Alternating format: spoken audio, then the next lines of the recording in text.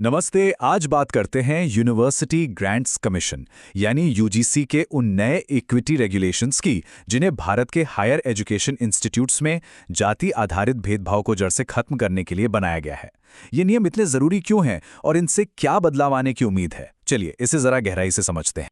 चलिए इस पूरी कहानी की शुरुआत करते हैं सिर्फ एक नंबर से, 75%। ये सिर्फ एक आंकड़ा नहीं है, ये अपने आप में बहुत कुछ कहता है।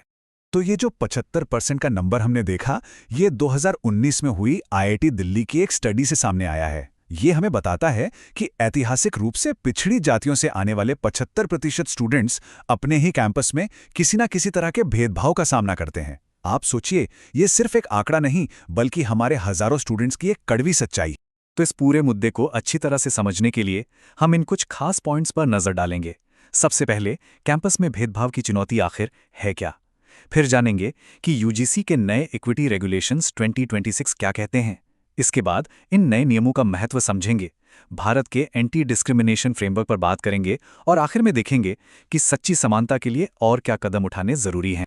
तो चलिए सबसे पहले हिस्से से शुरू करते हैं, कैंपस में भेदभाव की चुनौती। मतलब आखिर ये समस्या हमारी हायर एजुकेशन में कितनी गहरी है, पहले इसे समझते हैं। तो कैंपस में जब भेदभाव होता है तो उसका असर बहुत गहरा होता है। ये हमारे संविधान के समानता और सम्मान जैसे बुनियादी मूल्यों को ही कमज़ोर करता है। इसकी वजह से एससी, एसटी और ओबीसी स्टूडेंट्स के लिए बड़े बड़े इंस्टीट्यूट्स में पहुंचना और टिक पाना मुश्किल हो जाता है। उन्हें रिजर्व कैटेगरी का ठप्पा लगाकर अलग थलग महसूस कराया जाता है और इसका सीधा नतीजा ये होता है कि इन ग्रुप्स में पढ़ाई बीच में छोड़ने वालों की संख्या बढ़ जाती है। और जैसा कि 2007 में थोरात कमेटी ने भी अपनी रिपोर्ट में बताया था, शिकायत के लिए जो एससी एसटी सेल बने भी हैं वो अक्सर ठीक से काम ही नहीं करते। तो अब सवाल उठता है कि इस समस्या का हल क्या है। यहीं पर आते हैं यूजीसी के नए इक्विटी रेगुलेशंस 2026। ये एक तरह से इंस्टीट्यूशनल अकाउंटेबिलिटी यानी संस्थागत जवाबदेही के लिए एक नया फ्रेमवर्क है। सबसे पहले तो ये समझना जरूरी है कि इन नए नियमों के हिसाब से जाति आधारित भेदभाव का मतलब क्या है। तो इसके तहत एससी, एसटी और ओबीसी समुदायों के लोगों के खिलाफ किसी भी तरह के गलत या पक्षपात भरे बर्ताव को भेदभाव माना गया है। और यहां सबसे जरूरी बात पता है क्या है? पहली बार इसमें ओबीसीज को भी साफ साफ शामिल किया गया है, जो कि एक बहुत बड़ा और बहुत जरूरी कदम है। चलिए अब देखते हैं कि यह नया सिस्टम काम कैसे करेगा। इसके तहत 3 मेन स्टेप्स हैं। पहला, हर हायर एजुकेशन इंस्टीट्यूट को एक इक्वल अपॉर्चुनिटी सेंटर बनाना ही होगा, ये अब जरूरी है। दूसरा, इसी सेंटर के अंडर एक इक्विटी कमेटी बनेगी जिसमें एससी, एसटी, ओबीसी, दिव्यांग लोगों और महिलाओं सबका रिप्रेजेंटेशन होगा।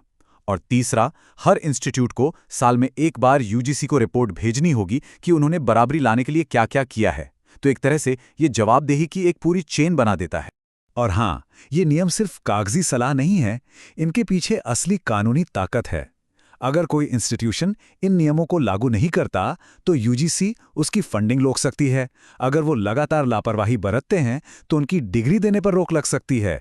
और अगर मामला बहुत गंभीर हुआ तो यूजीसी उस इंस्टीट्यूट की मान्यता तक वापस ले सकती है। मतलब अब बात सिर्फ सिफारिशों की नहीं बल्कि सजा की भी है। तो अब हम अपने अगले पड़ाव पर आते हैं, इन नए नियमों का महत्व।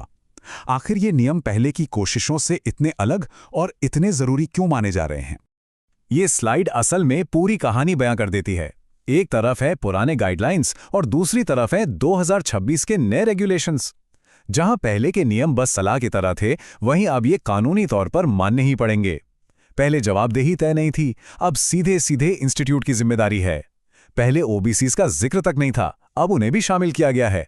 और सबसे बड़ा फर्क, पहले सजा का कोई डर नहीं था, अब सख्त सजा का प्रावधान है। चलिए अब थोड़ा और जूम आउट करते हैं और देखते हैं कि ये नए नियम भारत के मौजूदा कानूनी ढांचे में कहाँ फिट बैठते हैं। मतलब हमारे देश का जो एंटी डिस्क्रिमिनेशन फ्रेमवर्क है उसे समझते हैं। देखिए, हमारे संविधान में तो जाति भेदभाव के खिलाफ पहले से ही काफी मजबूत सुरक्षा दी गई है। आर्टिकल 15 सरकार को यह अधिकार देता है कि वो एससी एसटी के लिए एजुकेशनल इंस्टीट्यूट्स में रिजर्वेशन जैसे खास प्रावधान कर सके। आर्टिकल 46 कहता है कि सरकार की जिम्मेदारी है कि वो एससी एसटी को हर तरह के सामाजिक अन्याय और शोषण से बचाए। और तो और SC ST prevention of atrocities act 1989 तो शिक्षा तक पहुंच रोकने या पब्लिक में अपमान करने को एक अपराध मानता है। कानूनी सुरक्षा तो है ही, साथ ही सरकार ने कई लेवल पर वित्तीय और एकेडमिक पहल भी की हैं। जैसे श्रेष्ठा स्कीम है जो होनहार एससी स्टूडेंट्स को अच्छे प्राइवेट स्कूलों में पढ़ाती है। एससी एसटी स्टूडेंट्स के लिए नेशनल फेलोशिप है जो एमफिल और पीएचडी के लिए मदद करती है। टॉप क्लास एजुकेशन स्कीम है जो आईआईटीज और आईआईएम्स जैसे बड़े संस्थानों में पढ़ाई का खर्च उठाती है। और पीएम अजय योजना जो खास तौर पर एससी छात्रों के लिए हॉस्टल बनाने पर फोकस करती है ताकि वो अलग थलग महसूस ना करें। अब हम अपने आखिरी और शायद सबसे जरूरी हिस्से पर आते हैं, सच्ची समानता के लिए क्या उपाय किए जाने चाहिए, क्योंकि सिर्फ नियम बना देना ही तो काफी नहीं होता है ना। तो इन रेगुलेशन से आगे का रास्ता क्या है? तो असल में बदलाव लाने के लिए कुछ और बहुत जरूरी कदम उठाने होंगे। जैसे national commission for schedule caste हर साल सोशल ऑडिट करे, हमारे सिलेबस में दलित इतिहास और साहित्य को शामिल किया जाए, नए स्टूडेंट्स के लिए मेंटरशिप प्रोग्राम कंपल्सरी किए जाएं, टीचर्स के लिए ऐसी वर्कशॉप्स हों जो उन्हें जाति से जुड़े पूर्वाग्रहों को समझने और दूर करने में मदद करें, और सबसे जरूरी एससी एसटी फैकल्टी की जो सीटें खाली पड़ी हैं उन्हें भरने के लिए स्पेशल रिक्रूटमेंट ड्राइव चलाई जाए। और अंत में मैं आपको इस एक विचार के साथ छोड़ना चाहूंगा, भारत को शिक्षा के अधिकार से समान शिक्षा के अधिकार की ओर बढ़ना चाहिए। शिक्षा पाना सबका हक है, लेकिन ये हक तब तक अधूरा है जब तक सबको बराबरी के साथ शिक्षा न मिले। और ये बराबरी तभी आएगी जब कैंपस के अंदर होने वाले हर तरह के भेदभाव को खत्म किया जाएगा। इस विषय पर सोचने और काम करने की बहुत जरूरत है। धन्यवाद।